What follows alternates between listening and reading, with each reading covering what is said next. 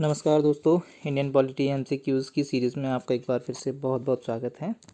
आज का पहला क्वेश्चन ये देखिए, यूपी पीसीएस मेंस में पूछा गया था ये 2012 में। Who among the following was not a member of the drafting committee of the constitution.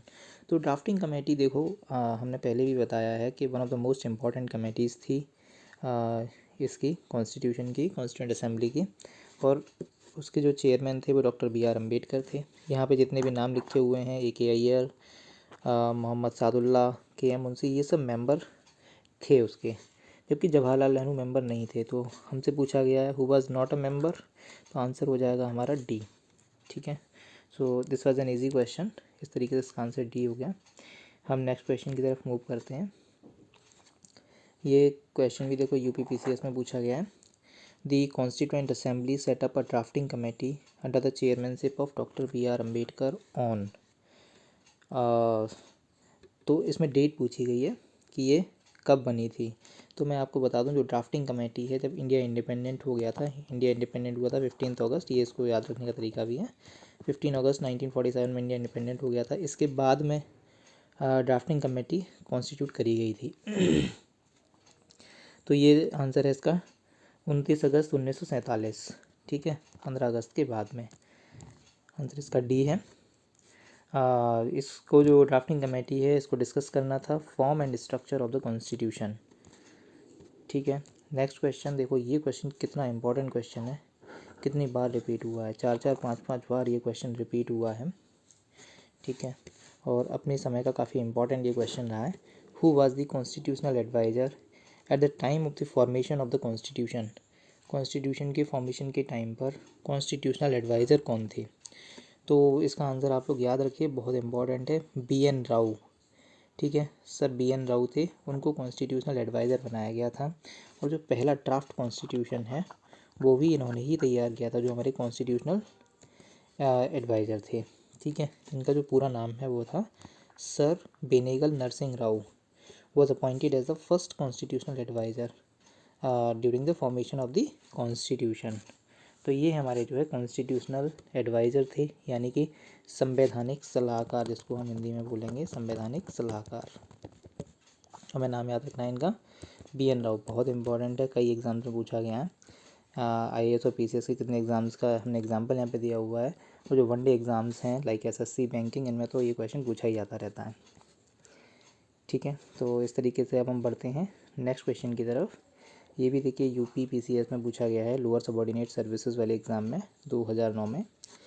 First draft of the constitution was prepared by. ठीक है, तो मैंने अभी भी बताया था कि जो हमारे कॉन्स्टिट्यूशनल एडवाइज़र थे सर BN राव, है ना, इन्होंने जो है अपना फर्स्ट जो ड्राफ्ट था कॉन्स्टिट्यूशन का वो तैयार किया था। तो इसका आंसर हमारा बी हो जाएगा, BN राव। इन्होंने फर्स्ट ड्राफ्ट तैयार किया था कॉन्स्टिट्यूशन का, इसका आंसर बी है। देखिए, जो BN राव ने जो ड्राफ्ट तैयार किया था, ओरिजिनल जो कॉन्स्टिट्यूशनल ड्राफ्ट दिया था, उसमें 243 आर्टिकल्स थे और 13 शेड्यूल थे। ओके, तो ये ड्राफ्ट भी जो है काफ़ी बड़ा था, और सभी लोगों को मालूम ही है कि जो इंडियन कॉन्स्टिट्यूशन है वो दुनिया के सारे देशों में सबसे बड़ा कॉन्स्टिट्यूशन है, बहुत बड़ा कॉन्स्टिट्यूशन है वो, बहुत कुछ उसके अंदर लिखा हुआ है। ठीक है, अब हम आते हैं नेक्स्ट क्वेश्चन की तरफ। ये देखिए, क्वेश्चन UPPCS में पूछा गया है, when did the constituent assembly adopt the national flag. Constituent assembly ने नेशनल फ्लैग को कब अडॉप्ट किया था।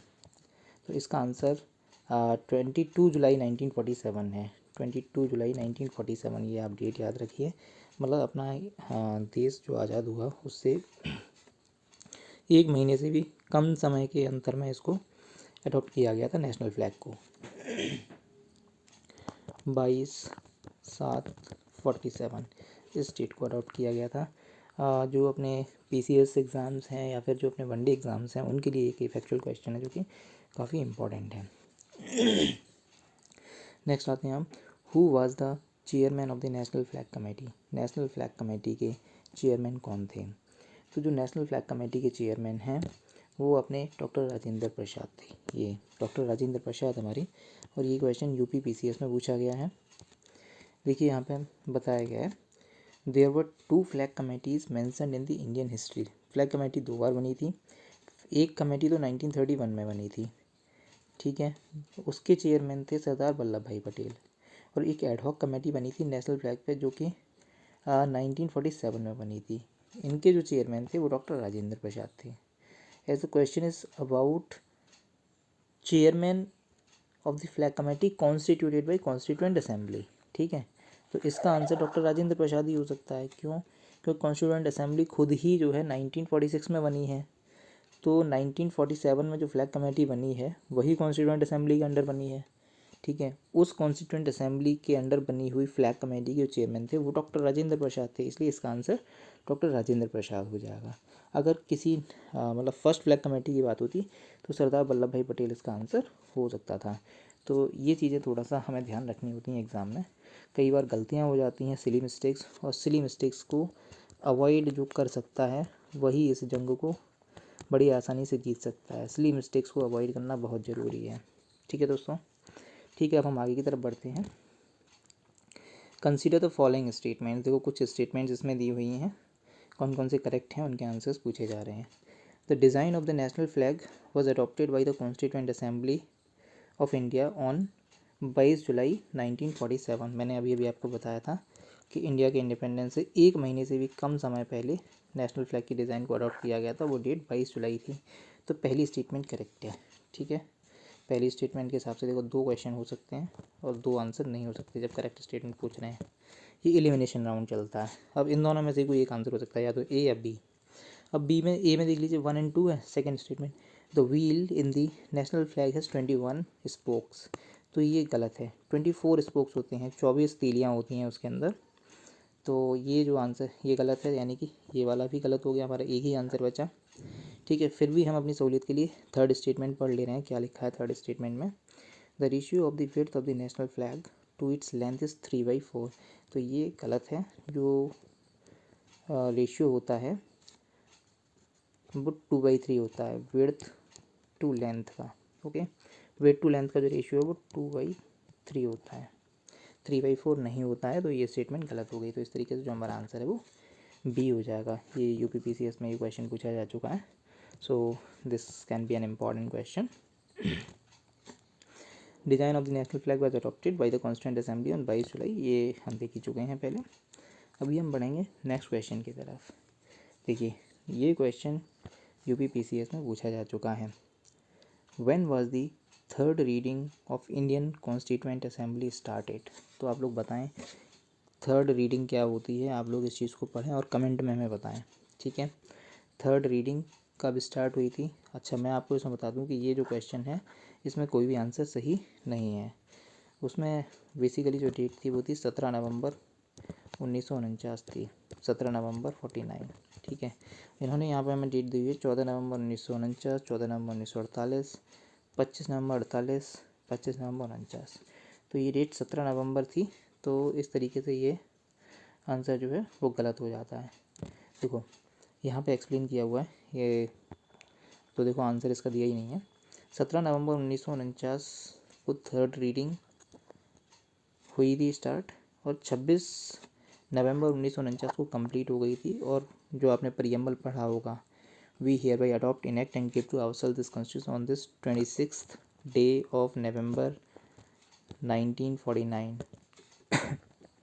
ये प्रीएम्बल में लिखा हुआ है डेट, ठीक है। तो थर्ड रीडिंग कंप्लीट होने के बाद उन्होंने कॉन्स्टिट्यूशन को अडॉप्ट और इनेक्ट कर लिया था। और तो इस तरीके से ये वाला क्वेश्चन हो गया। अब हम चलते हैं नेक्स्ट क्वेश्चन की तरफ। ये वाला देखो क्वेश्चन 2 बार रिपीट हुआ है बड़े एग्जाम्स में, छोटे एग्जाम्स में भी कई बार पूछा गया होगा ये। तो constitution of India was completed on. तो दोस्तों अब आप ये बताइए कि जो कॉन्स्टिट्यूशन ऑफ इंडिया है उसकी देखो 2 डेट्स हैं। एक तो है 26 जनवरी 1950, ठीक है, और एक है कंप्लीट कब हुआ है। तो भाई जो कंप्लीशन वाली डेट है वो तो वही है जो प्रीएम्बल में लिखी हुई है, adopt enact and give to ourselves. तो वो डेट 26 नवंबर 1949 है। तो इसका आंसर क्या हो जाएगा? सिंपल है, देखो इसमें कोई कन्फ्यूजन की ज़रूरत नहीं है। इसका आंसर बी हो जाएगा। कंप्लीटेड तो स्टेट में हुआ है वो, ठीक है, बी। यहाँ से भी देखो इन्होंने जो एक्सप्लेन किया है वो आप यहाँ से पढ़ के देख सकते हैं। 26 नवंबर 1949 को constitution enact adopt and give to our self this constitution, ऐसा उसमें लिखा हुआ है। और कुछ जो प्रोविजंस थे कॉन्स्टिट्यूशन के वो इमीडिएटली इन्फोर्स हो गए थे, और बाकी के जो प्रोविजंस थे वो 26 जनवरी 1950, पूरा का पूरा कॉन्स्टिट्यूशन जो इफ़ेक्ट में आया था वो 26 जनवरी 1950 को आया था। 26 जनवरी की डेट क्यों सेलेक्ट करी गई थी वो आपको मालूम ही होगा, क्योंकि 1929 के सेशन में जवाहरलाल नेहरू ने 26 जनवरी को फर्स्ट इंडिपेंडेंस डे सेलिब्रेट किया था अपनी तरफ से कि भाई हम आज से अपने आप को इंडिपेंडेंट मानते हैं, और आज हमारा इंडिपेंडेंट डे हो गया। लेकिन हमारा जो देश है वो आज़ाद हुआ था 15 अगस्त 1947 को। तो अब ये सोचा गया कि भाई जब हमने 26 जनवरी को हमने ये कर लिया, 15 अगस्त को हमारा कंट्री इंडिपेंडेंट और 26 जनवरी का करा जाए, तो कॉन्स्टिट्यूशन जो कि 26 नवंबर को तैयार हो चुका था उसके सारे प्रोविजंस को लागू किया गया था 26 जनवरी 1950 को। इस तरीके से ये 26 जनवरी 1950 की डेट आई थी। तो बाकी के बचे हुए प्रोविजंस जो है यहाँ पर लागू कर दिए गए थे। इस तरीके से ये वाली डेट आई थी। ठीक है। आज का क्वेश्चन देखो, लास्ट क्वेश्चन है ये, बीपीएससी में पूछा गया ये question. Indian constitution was adopted by the constituent assembly on. तो इसमें देखो कहीं भी आपको दिखाई दे रहा है 26 जनवरी 1950 की डेट नहीं है, कन्फ्यूजन है ही नहीं कोई। तो और प्रीएम्बल में क्लियरली लिखा हुआ adopt enact and give to ourself this constitution on 26 नवंबर 1949। ठीक है। तो यहाँ पर जो ये हमारा आंसर हो जाएगा ए इसका। ठीक है। तो इस तरीके से हमने इसको कंप्लीट कर लिया है। आई होप आप लोग एंजॉय कर रहे होंगे, एग्ज़ाम की तैयारी अच्छी चल रही होगी। इसी तरीके से आप तैयारी करते रहिए, हम लोग मिलते रहेंगे। Thank you very much.